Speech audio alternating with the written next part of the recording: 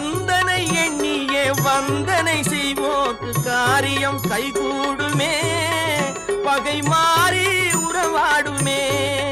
சிவமைந்தன் அருளாலே மெய்யறிவுண்டாகி மேன்மை உயர்வாகுமே.